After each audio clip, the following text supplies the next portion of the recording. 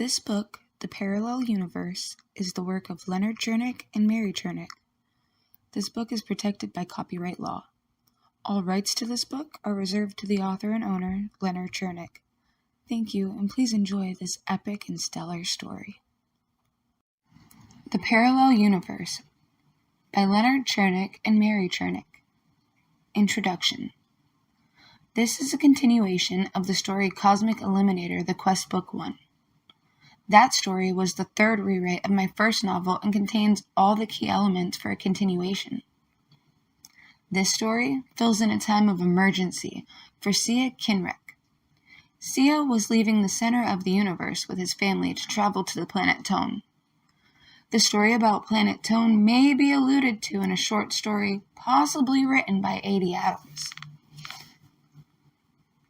In the quest, Sia had met Judge and had his family with him along with the entities Justice, Piety, and Haven. Sia had a communication chamber with direct link to Judge in his spacecraft. This new story starts in the communication chamber with direct link to Judge as narrated by Justice, Piety, and Haven. The Entity Justice's Viewpoint. Chapter 1. Enter and Parallel Universe Travel. After just leaving the center of the universe, Sia thought he should check in with Judge one last time. Justice and Piety were there. They are specks of super intense energy with amazing power and are real beings. In the communication room, none of Sia's other family was present. Judge told Sia that there was a crisis in the universe that Sia had to take care of. He was the only one that had the ability to handle it. Sia asked Judge where it is. Judge enlightened Sia that it was on his home planet Earth. Judge informed Sia that he needed to go first to the parallel universe on the planet called B-Earth. Sia telepathically asked how he was to get there. His MLM spacecraft were slow. Judge told him he could leave his family in an instant on the spaceship and travel instantaneously to B-Earth, and later return to the spaceship. He could then return in the same manner an instant later without his family ever knowing he was gone. Sia telepathically questioned how this was to be accomplished. That's where Justice and Piety telepathically commented. We can bring in a transport entity named Quark that can accomplish this. Instantly, Quark appeared. Quark telepathically informed Sia, I, Quark, could transport you instantaneously to the main control center on the parallel universe to Earth called B-Earth, which was occupying the same space and time. The leaders on B-Earth are expecting you. Quark told Sia to just tell his family he was unavailable in a meeting with Judge and was going to absorb more knowledge. Chapter 2. The Meeting. In an instant, Sia left the MLM spacecraft and appeared in this large control room on the planet B-Earth. Quark did his job well. Sia felt perfectly fine in his instantaneous travel from light years away in normal space terms. There he was greeted by an entourage of beings that looked similar to him. Sia had left the center of the universe in the Earth year 2055. He had arrived on the parallel planet B-Earth in the year 2021. People can choose different paths in life. The path Sia took in 2025 that started the quest was different to his past in 2021. Different events were transpiring in this 2021 past on the parallel planet B-Earth than occurred in the different dimension that Sia had experienced. In the control room, the beings first telepathically enlightened Sia with their history and a little about them. Their universe existed in the same space as Sia's planet Earth. Sia was now on the planet B-Earth side of the universe. The B-Earth universe had started at the same time as the Earth universe. B-Earth's Adam and Eve did not make the same mistakes as Earth's Adam and Eve. They were 1,000 times more advanced than the descendants of Earth's Adam and Eve. For example, during childbirth, the parents on B-Earth could feel their children dematerialize from the female mother's womb and rematerialize outside of the mother's womb without the mother experiencing any pain or trauma during delivery. The mother could also telepathically communicate with her baby in the womb, making sure that the fetus was all right. Their children could be delivered in their homes. The other main difference of the inhabitants of the Earth universe was that, besides being able to verbally talk, they could all communicate telepathically through their thoughts without speaking. They were also a lot more technologically advanced than Earth. Most recently, in 2021, they were able to travel between the B-Earth universe and the Earth universe, occupying the same space and time. One major change in the evolution between the two universes was at the time of Adam and Eve. Judge kept knowledge of the parallel universe from the evil entity Help that caused them to make a mistake. So Help was not aware of the B-Earth universe and could not negatively influence the inhabitants of B-Earth universe. The increase in what the universe Earth called UFO sightings was due to the fact that B-Earth had developed the ability to travel interdimensionally between the parallel universes.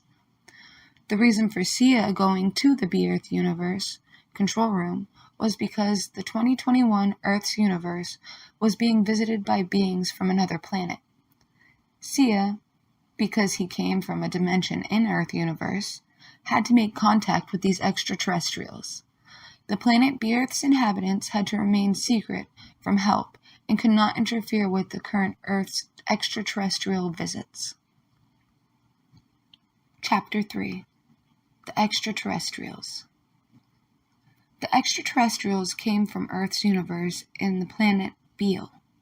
They had secret colonies in Earth's oceans.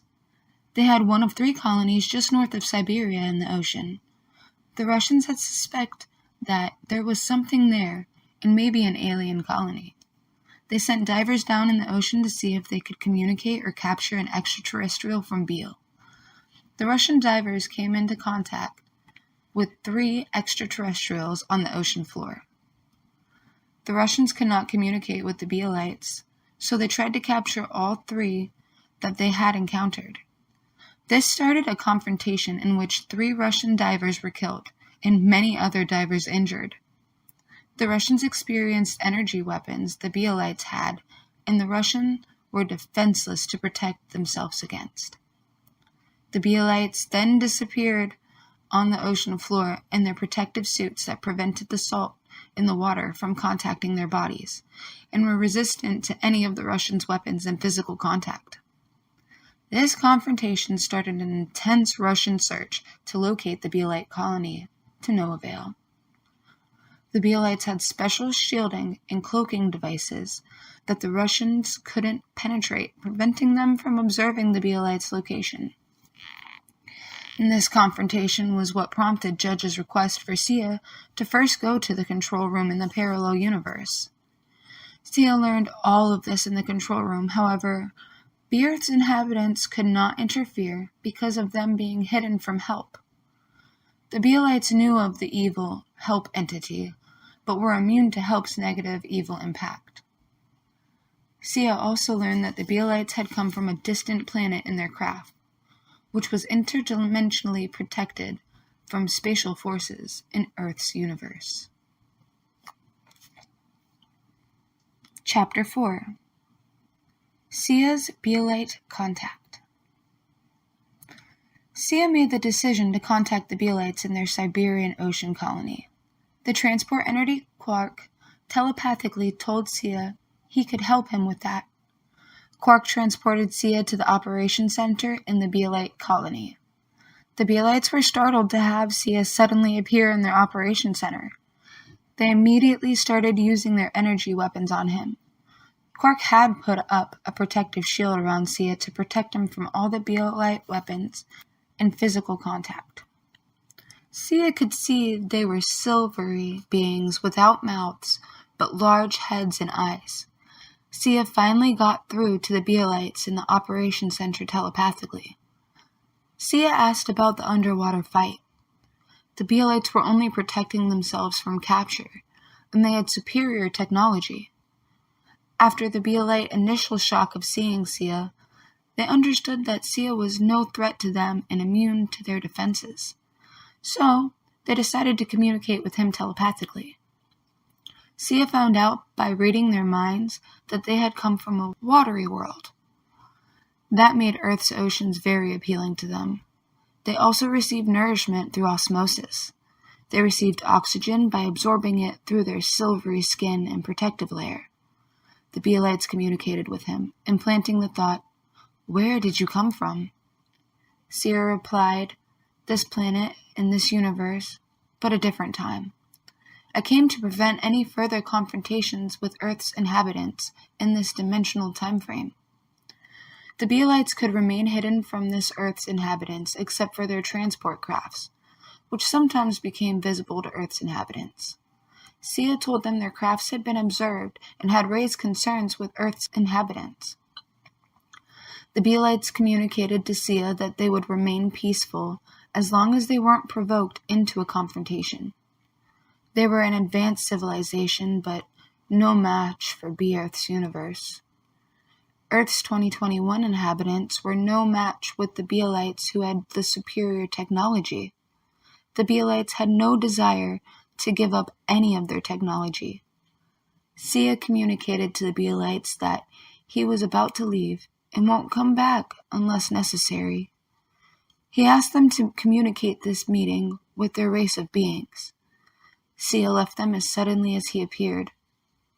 Back in B-Earth's control room, he communicated to them what he had found out about the Bielites. Sia informed them that he was going back to a spacecraft near the center of the universe to be with his family. Quark took him back to Judge's communication chamber on the MLM. The entity Haven informed Sia that he would mention the happenings to the all-knowing Judge. Haven said Judge was already aware of all that had happened. Justice and Piety concluded the meeting with Sia. He then went to meet his family on the fleet of MLMs. The Entity Piety's Viewpoint. Chapter 1. Inter- and Parallel Universe Travel. After just leaving the center of the universe, Sia thought he should reconvene with Judge one last time. The powerful Justice and Piety joined Judge in all of their splendor, cascading intense energy and light. None of Sia's family was present. Judge confided in him, telling him that there was a crisis in the universe, and he was the only one who had the ability to handle it. Sia asked Judge where the crisis manifested. "This crisis is happening on your home planet, Sia, Earth. But first you must go to the parallel universe, B-Earth," Judge said. "Earth is going to be visited by extraterrestrials. You are to communicate with them and make contact. B-Earth must remain a secret from the entity Help, as he is evil." They began communicating telepathically. Curiously, Sia wondered, "But Judge, how am I to travel to birth? I cannot abandon my family."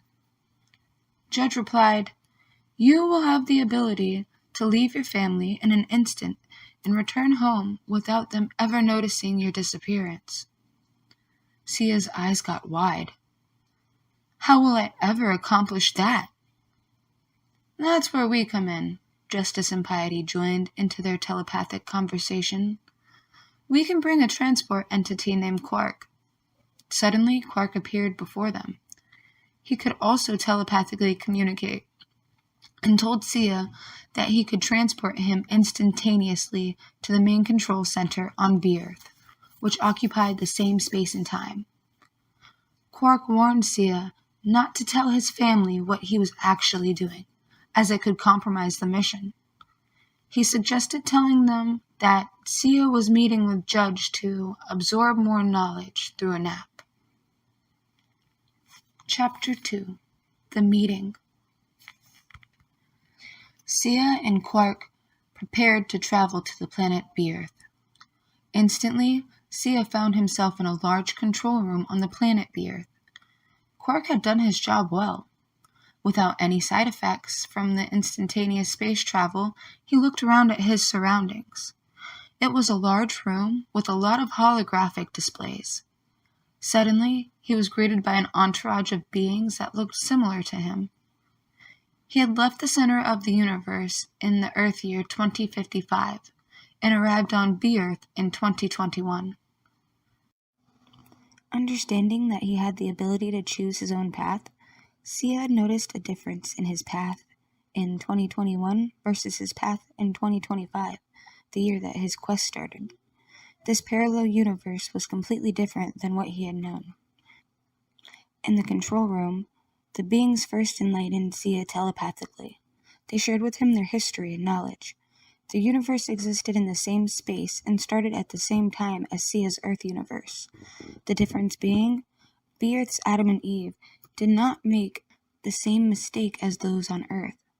B-Earth's descendants retained all of their gifts from Judge, while Earth's descendants were condemned to a darker world. B-Earth was much more advanced, one example being their developments on the reproductive cycle. A mother could feel her child dematerialize inside of her womb and rematerialize on the outside, with no pain or trauma. B-Earth's occupants could also all communicate telepathically, something that is reserved for only a few on Earth. B-Earth had many technological advances over Earth as well. They had the ability to travel between B-Earth and Earth, which accounted for the rise in UFO sightings on Earth. Judge kept knowledge of B-Earth from the evil entity Help, so he could not negatively influence the B-Earth inhabitants. Chapter 3. The Extraterrestrials. These extraterrestrials came from Earth's universe on the planet Beale. They had secret colonies in the oceans of the Earth, one of which was just north of Siberia. The Russian government had discovered the colony. They sent divers on a mission to communicate or capture one of the extraterrestrials. Unable to communicate with the Bealites, the divers tried to capture 3 of them. The Bealites put up a fight, killing 3 Russian divers and injuring many others. The Bealites used high-energy weapons, which left the Russians defenseless. This confrontation put the Russians on high guard. They began to search intensely for the colony, to no avail. The extraterrestrials had cloaking devices and technology the Russian people had never seen before. The Bealites also had protection and immunity from Help. This confrontation was what prompted Judge to request that Sia go to the control room on B-Earth first. Chapter 4. Sia's Bealite Contact. Sia made the decision to contact the Bealites in their Siberian Ocean colony, and he knew that Quark could help. Quark and Sia instantaneously traveled to the operations center in the Bealites' colony. They were startled to see him suddenly appear. They immediately started a fierce attack. In the nick of time, Quark put up a force field protecting both of them. Without their suits, the Bealites were silvery beings without mouths. They had big, beady eyes and a large head. Their skin was almost reptilian-like, shiny and smooth. They stood short in stature and moved quickly. Sia began to attempt contact with the Bealites, and their energy weapons beam suddenly stopped. They realized Sia was not there to capture them, but to communicate. They had never met someone who looked like Sia who could communicate telepathically. He started to ask them about the underwater fight. The Bealites let their guard down, realizing Sia was no threat to them. They began engaging in communication with him. Sia discovered that the Bealites are from a watery planet. Earth's ocean was very appealing to them, as they received nourishment through osmosis. They also absorbed oxygen through their skin and did not have to breathe like humans. The Bealites asked him where he came from, and Sia responded that he came from here, but a different time. He came to prevent any future confrontations with Earth's 2021 inhabitants. Your crafts have been observed, and it has raised concern with Earth's people. The Bealites agreed to remain peaceful as long as they were not provoked. We have no desire in sharing our technology, but Earth is no match for our superiority. Sia realized his message was clear, and his point was made. He was able to take leave from the Bealites unscathed. As long as there is no need, you will not see me again. Please communicate this meeting with your race. And he left as suddenly as he appeared, arriving in Beard's control room. He shared what he had found out. The Beelites communicated that they would remain peaceful if not provoked. He then asked Quark to take him back to be with his family. Quark took him back to the communication chamber on the MLM. The entity Haven appeared, telling Sia that he would mention the happenings to Judge, who already knew. Then Sia met his family on the fleet of MLMs, not telling them anything. The end for now. Synopsis. I hope you enjoyed Sia's new quest for knowledge. There were 2 viewpoints. The entity piety viewpoint was written by my daughter Mary Cernik. It was edited as well as the whole story by my friend A.D. Adams, or who I also call Tony Adams. He is an accomplished writer with many novels. I edited my daughter's version to achieve the intent of the short story. The cover art was an oil painting that my daughter Mary painted.